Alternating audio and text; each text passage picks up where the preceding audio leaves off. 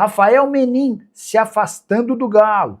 Isso sem falar em bastidores, finanças e muito mais. Bem-vindos a mais um vídeo do canal. Sempre bom ter vocês por aqui. Sem perder tempo, pedir para deixar like, se inscrever no canal e ativar as notificações. Informação importante no Galo. Rafael Menin anunciou seu afastamento do Clube Atlético Mineiro. Rafael Menin e seu pai Rubens Menin são os principais acionistas do Galo. E serão ainda mais após a conclusão de um aporte de 530 milhões. Existe a expectativa de que a família Menin passe a ter cerca de 80% das ações da SAF. Nos últimos meses, o Rafael Menin passou a ter um papel super importante no dia a dia do Atlético. Era ele quem tomava as principais decisões e conduzia o departamento de futebol. Não à toa, o Menin se tornou grande alvo de torcedores diante da sequência de temporadas ruins. O Atlético até ia bem em competições de Copa, mas sempre brigando contra o rebaixamento no Campeonato Brasileiro.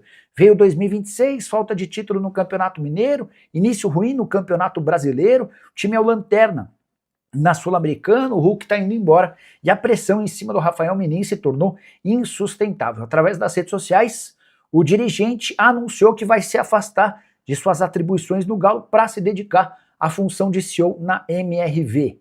Ele garante que o Pedro Daniel, recentemente contratado como CEO, tem toda a capacidade do mundo para conduzir o Atlético e ele vai se dedicar apenas à vida de torcedor, indo com a família aos jogos do Atlético na Arena MRV.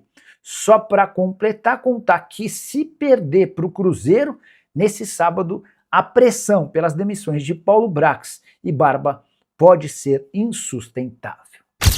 Tem um treino marcado para as 10 da manhã, que vai ser o último antes do clássico contra o Cruzeiro, né? O Atlético, que tem 14 pontos, é o 15º colocado do Campeonato Brasileiro, tem a mesma pontuação do Santos, que está abrindo a zona do rebaixamento, e o Cruzeiro tem 2 pontos a mais, então esse clássico tem este ingrediente, né? Porque Atlético e Cruzeiro querem se distanciar da zona do rebaixamento.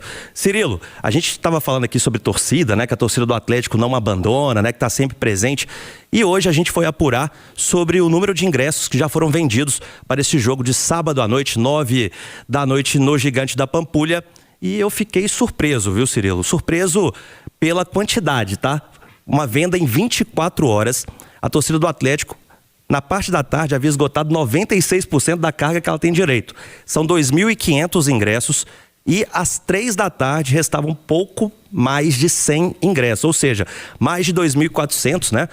Quase 2.400 ingressos vendidos para este confronto. Então o torcedor vai estar mais uma vez ao lado do Atlético e os jogadores, né, têm também mais esse combustível para correrem no clássico e buscarem esta vitória. Lembrando que ficaram em Belo Horizonte 11 jogadores que não participaram do duelo lá em Cusco contra o Cienciano. O zagueiro Lianco, o zagueiro Vitor Hugo, e também o Juan Tressoldi, pode indicar aí, né, o Barba usando 3 zagueiros neste clássico contra o Cruzeiro, o lateral Renan Lodge, lateral esquerdo, na direita o Natanael e os meio-campistas Alan Franco, Cissé, que está com uma lesão muscular na coxa esquerda, está fora do clássico, o Michael e o Vitor Hugo. E lá na frente, Thomas Coelho e também o Cassierra não viajaram e podem pintar no clássico contra o Cruzeiro.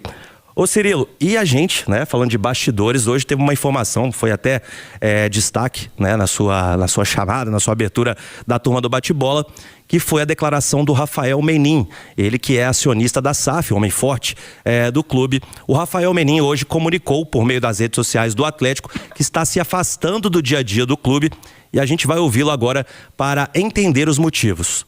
Vamos ouvir o Rafael. Torcedor do Galo, quero ser direto e transparente com você. Gente, ao longo dos últimos anos, eu acompanhei o Atlético de uma forma muito próxima, intensa e diária, participando muito e ativamente da maior parte das decisões da construção desse apaixonante projeto. Mas a partir de agora, eu vou me afastar um pouco do dia a dia da operação do clube por uma necessidade maior da minha presença aqui na MRV, empresa pela qual eu sou o CEO e o responsável, né? Mas com a chegada do Pedro, a questão operacional passa a estar 100% com ele. O Pedro, gente, é um cara de referência, um executivo renomado, né? Eu tenho a convicção que ele é o cara certo para esse momento, né? Para o que a gente precisa. Mas isso não significa, em nenhuma hipótese, que eu vou me distanciar do Galo, né? Eu sigo aqui acompanhando, sigo tendo plena consciência e ciência de tudo que acontece no dia a dia do clube, comprometido com tudo que vem sendo construído. Sei das críticas que recebo, entendo muitas delas, discordo de algumas, né, especialmente quando elas fogem do bom tom, né, ou se tornam desproporcionais, mas faz parte, né, vida que segue. Mas nesse momento não é hora da gente fazer balanço de erro, de acerto, né? Eu tenho muita convicção que muita coisa boa foi feita e está sendo feita e que continuará sendo feita no Galo. Né? O Galo é minha paixão, é a paixão da minha família, dos meus meninos. Eu seguirei presente na arena, na cidade do Galo, como membro do conselho, né? E próximo, como eu sempre estive do Galo. Mas a partir de agora, sem a participação no dia a dia da operação. Pessoal, eu tenho a certeza absoluta do que foi construído até aqui e de onde queremos e onde nós vamos chegar. E o Galo segue com uma estrutura definida, com clareza de papéis e responsabilidades. E assim que tem que ser o clube, né? E assim que vai funcionar daqui para frente. Torcedor, eu sei que o momento está muito difícil, está doído mesmo. Mas eu acredito demais que com a união e a força da torcida, a gente vai conseguir. Valeu, gente! Tá, então, Rafael Menin, né, dando essa declaração, se afastando então do dia a dia do Atlético. Isso vai ficar a cargo do CEO Pedro Daniel. E não parou por aí não. Minutos depois, né, do Atlético publicar essa declaração do Rafael Menin, o Rubens Menin, que também é acionista majoritário da SAF do Atlético, ele fez um post falando sobre aporte, organização do clube e também mandando recado para a torcida do Atlético. Vamos ouvi-lo. Atleticano e atleticana, um minuto da sua atenção. Vamos falar de um assunto muito importante, que é o aporte financeiro que nós vamos fazer no Atlético. Queria destacar alguns pontos. Primeiro, quando a gente entrou nesse processo em 2019, os juros no Brasil eram muito baixos. Eles cresceram muito, está pensando no bolso de todo mundo, da população, dos torcedores, das empresas, né? E no Atlético não é diferente. Pra vocês terem noção, no ano passado nós pagamos 250 milhões de juros. Isso compromete toda a estrutura do Atlético, né? E o que a gente quer fazer é atacar esse mal pela raiz. Alguns aportes já foram feitos, outros serão feitos em breve. Mas nós queremos acabar com a dívida bancária, que é a que mais prejudica o Atlético. E aí dá realmente energia e gás para o Atlético voltar a respirar normalmente. Esse é um ponto importante. Eu estou super comprometido. Como você sabe, eu sou atleticano de várias décadas, né? Eu nunca me arrependi de estar fazendo esse investimento no Atlético. A gente faz o nosso melhor. Temos uma equipe hoje no Atlético de altíssimo nível, que está nos ajudando muito. E isso vai fazer diferença lá na frente. Então, com esse passo que está sendo dado agora, que eu entendo que a torcida às vezes faz crítica, é natural, as críticas precisam acontecer no futebol, ainda mais no Atlético, que é um clube de massa, mas diferente de todos os outros clubes do Brasil, como todo mundo sabe disso, né? Elas acontecem. Eu não estou pedindo que elas acabem, não estou pedindo paciência, acho que tem momentos bons e ruins, apenas estou dando ciência que estamos trabalhando com muita seriedade, muito empenho para ter o nosso Galo cada vez mais forte, que é o que eu quero. Esse é o maior projeto da minha vida, é o mais difícil, mas é o que eu, talvez o que eu mais gosto, e vou fazer isso com muita paixão, muito amor, muita seriedade. Então é isso aí, vamos juntos, que o Galo é muito grande.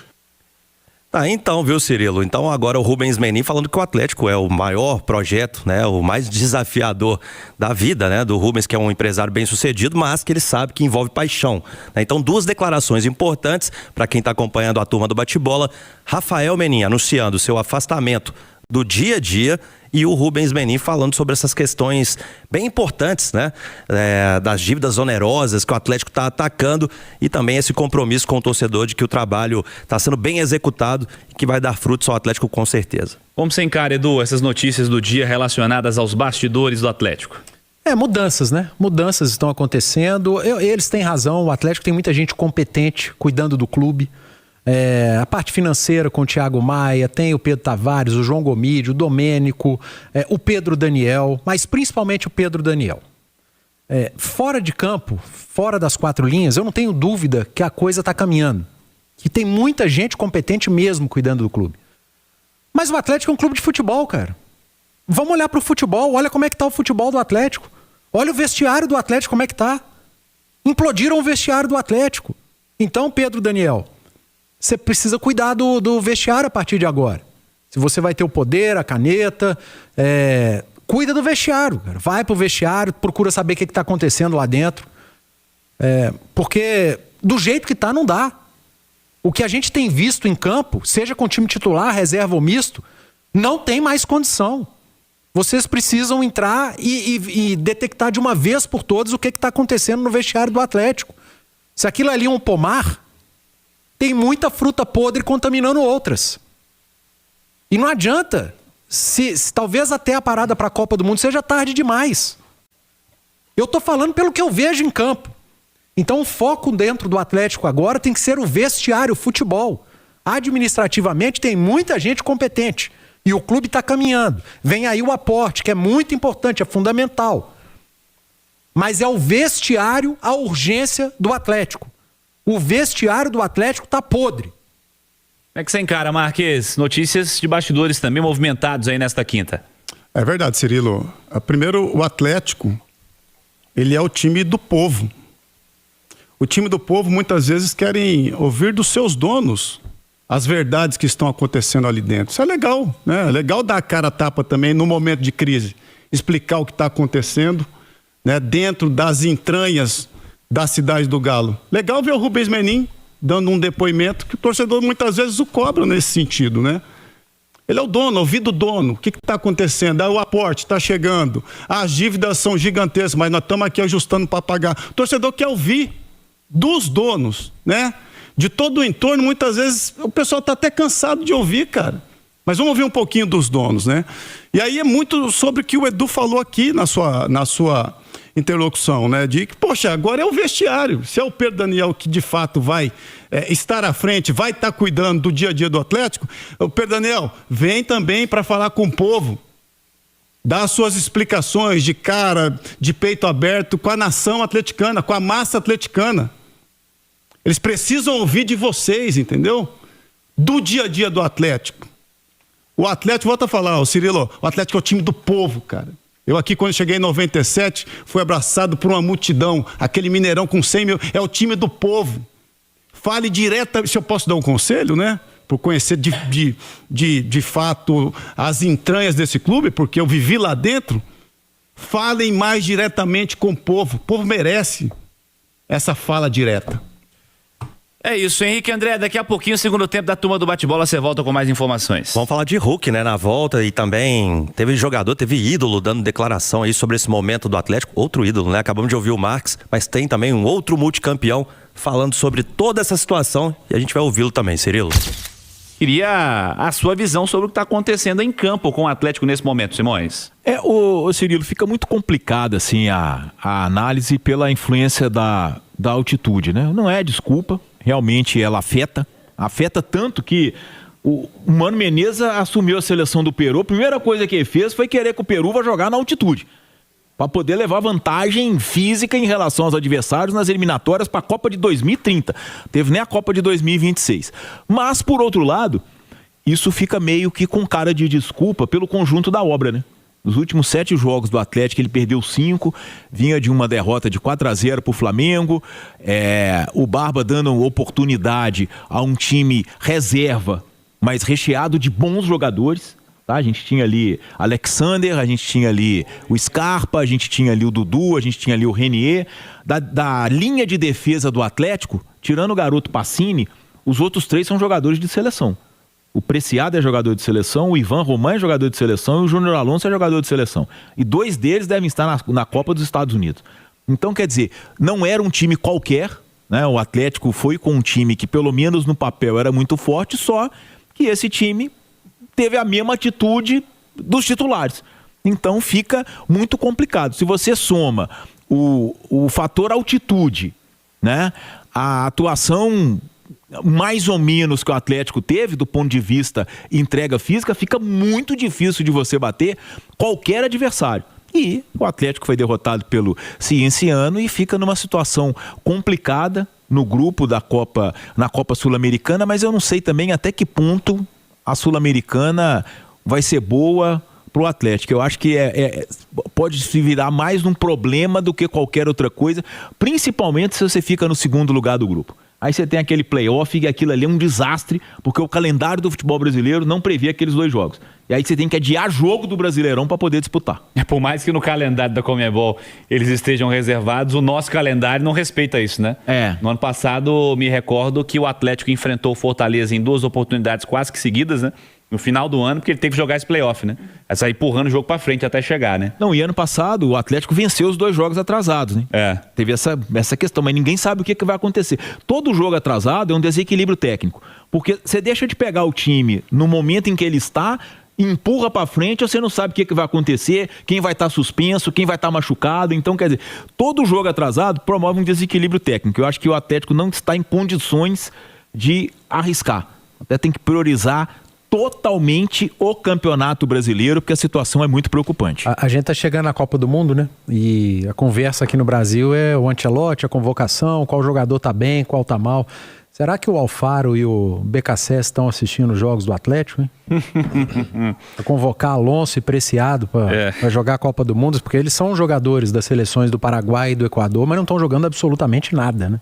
O Alonso é até de mais tempo, o Preciado chegou agora, mas eu vou te falar uma coisa, o tal do Ângelo Preciado do Atlético, hein? Cara, tá dando Alonso... saudade do Renzo Saravia, mas saudade mesmo, hein? O Alonso ontem, na entrevista pós-jogo, eu entendi de uma maneira que eu ainda não escutei as pessoas falando, mas eu entendi, ele perguntado sobre o jogo ruim, mais um jogo ruim, atuação abaixo do Atlético, ele falou, nós seguimos a risca o que foi planejado. Pra mim foi uma baita de uma cornetada no treinador. Mais uma que sai da boca de jogador do Atlético para cima de técnico. Aconteceu na época do Milito, aconteceu na época do Cuca, aconteceu na época do Sampaoli, agora acontece com o Barba. Para mim foi uma nítida resposta cornetando o trabalho do treinador. E tá com os dias contados o Alonso, né? Vai sair no meio do ano, tem uma proposta dos Estados Unidos, já está alinhando com o Atlético, então... Né? Esse tipo de fala também, se fosse ficar, eu não sei se ele... Eu entendi dessa forma. Sim. Acho que muita gente talvez não tenha pensado dessa maneira, mas o jornalista te questiona, olha, o jogo muito abaixo, muito ruim, a apresentação do Atlético, mais uma derrota. Não, nós seguimos a risca o que foi trabalho. Peraí. É impressionante a capacidade desse grupo. Como esse grupo é unido para terceirizar a responsabilidade, né? São unidos para botar bolso para fora, para responsabilizar treinador, para botar a culpa na imprensa. É uma união incrível. Só não consigo enxergar dentro do campo. Sem dúvida. Ô Fabrício, time que perde muito passa a normalizar a derrota? Porque o Simões falou, 5 derrotas em 7 jogos recentes, ô Simões? Nos últimos 7 jogos perdeu 5. O Atlético volta da parada da data FIFA e vence a Chapecoense por 4-0, vence o Atlético do Paraná por 2-1. Aí depois nos 7 jogos seguintes, né, que são os últimos, perdeu 5 partidas. E na temporada, ontem foi o 28º jogo do Galo. Ele entrou em campo lá em Cusco com 27 jogos, 9 vitórias, 9 empates, 9 derrotas. Como perdeu ontem, tem mais derrota do que vitória e a gente tá amanhã já é maio. É aquele perigo, Fabrício? Perde tanto que acaba normalizando a derrota? Não, acho que normalizando não, cara, mas vai ficando uma pressão aí acontece o que vem acontecendo, de jogador querendo se livrar da responsabilidade, terceirizar, como o Edu falou, e aí começa a vir e soltar essas notinhas na imprensa, porque o que esse menino falou agora o treinador, cumprimos a risca que o treinador falou. Que isso, cara? Isso aí não pode falar, isso aí não tem que, não soa bem no vestiário, né? Isso, então você foi lá para perder o jogo? Sabe, isso aí não existe. Então, os jogadores, em geral, o jogador tá com muita desculpinha em imprensa, sabe? É notinha, é rede social. Eu acho que tem que mostrar lá dentro, cara, bater no peito, assumir a responsabilidade, tem que ser mostrado dentro das 4 linhas. Agora, normalizar, eu acho que eles não normalizam, não. Eu acho que muito pelo contrário, a pressão vai aumentando, né? Derrotas seguidas em time grande, isso vai trazendo um peso, assim, que vai tirando a confiança do jogador, né? Com certeza. Henrique, você tem inclusive mais informações do lado atleticano também aqui na turma do Bate-Bola, Henrique? É isso, viu, Cirilo? Muita gente, né, querendo saber a situação do Hulk, né? E ao contrário do que aconteceu no início do ano, sem novela, Cirilo, né? Tudo já acertado entre as partes, entre Hulk e Atlético, Hulk e Fluminense. Ele precisa fazer os exames médicos antes de assinar o contrato. Aqui no Atlético a rescisão vai ser tranquila, pelo que a gente apurou. E quem está trabalhando agora, né, são os dois departamentos de comunicação, né, do Hulk e do Atlético, preparando aí anúncio de saída, despedida. Mas aquele torcedor que tem aquele pingo de esperança de uma permanência, vou dar uma má notícia, viu? Dessa vez não. E foi uma condução, né? Pelo menos está sendo uma condução neste período mais tranquila, menos conturbada do que foi no início do ano. Claro que também estava turbulenta, mas agora parece que as partes vão se acertando. O Hulk, inclusive, esteve hoje na Cidade do Galo, treinou normalmente, então vai se preparando, mas o Fluminense será o destino do Hulk, que vai assinar contrato até o fim de 2027. Hulk que vai deixar o Galo como artilheiro do século, 140 gols, 56 assistências, 8 títulos, e ele vai ser o 7º maior artilheiro do Galo com essa ida para o Fluminense. Simões falou aí sobre que o Atlético tem mais derrotas do que vitórias na temporada. E o Barba, considerando todos os argentinos que já treinaram o Atlético, ele é o 6º, ele tem, nesse recorte de 15 jogos, o pior aproveitamento, né? Com 6 vitórias, 1 empate e 8 derrotas, são 42% de aproveitamento. O Gregório Soares, você vai lembrar muito bem dele, viu, Cirilo? Lá em 1944. Lembro, sim. Ele teve 75,5%, o mesmo desempenho do Sampaoli na primeira passagem. O Turco teve 82,2%, foi o melhor deles nesse recorte de 15 jogos. O Cudê, os mesmos 75,5%. Gabriel Milito, ele aparece com 68,8%. E a segunda passagem do Sampaoli, 46,6%, e superando ainda essa campanha do Barba Domingues, né? Aqui não estou querendo colocar culpa no treinador, mas o desempenho é esse, né? Dentro desse cenário que o Atlético vive. E Cirilo, eu falei, né, que a gente ia trazer aqui a declaração de um outro ídolo, né? O Marques já falou. E o Luan ontem foi às redes sociais. Ele criticou bastante a postura do elenco e também cobrou alguns reforços, né, para ele, que o Atlético precisa. Olha só, ele acha que o Galo precisa de um zagueiro, de um camisa 10, um ponta intenso, um volante, um lateral esquerdo para revezar com o Lodge, e também um lateral direito experiente, né? Sendo que o Galo já tem 2 laterais, o Luan tá querendo mais um. E ele também falou que tá faltando ali pulso no vestiário para conduzir, né, para segurar a onda desses jogadores. Então, isso viralizou, todo mundo falando que o Luan detonou. E hoje ele estava lá na fazenda, lá no interior de Goiás, né? Tava indo soltar os cavalos, como ele disse. E ele falou sobre esse tema. E é o Luan, que a gente vai ouvir agora aqui na turma do Bate-Bola. Eu sou torcedor também. Tem história. E uma história linda. De superação, de entrega, de comprometimento, de não abandonar o barco nas horas difíceis. Então eu tenho muito orgulho da minha trajetória. Mas não foi duras críticas, tá? Foi só a minha opinião sobre a carência que o Galo tem hoje. Lá no começo, antes de começar o campeonato, eu falei que, né, a prioridade o treinador teria era a Copa do Brasil e Brasileiro, mas também não ia abrir mão da Sul-Americana, que é um campeonato importante. Mas nesse momento, abriria a mão da Sul-Americana e focava no Brasileiro e Copa do Brasil, que são os campeonatos que são importantes. A Copa do Brasil é onde dá mais dinheiro, né, quando conquista, e o foco total no Brasileiro, que é o campeonato mais difícil que tem para disputar. E sobre os jogadores que eu falei lá, né, que precisa o Galo, qual a sua opinião, torcedor, também? Você acha ou não acha que o Galo precisa contratar essas peças específicas aí para fortalecer o clube? E quem sofre na derrota é o torcedor.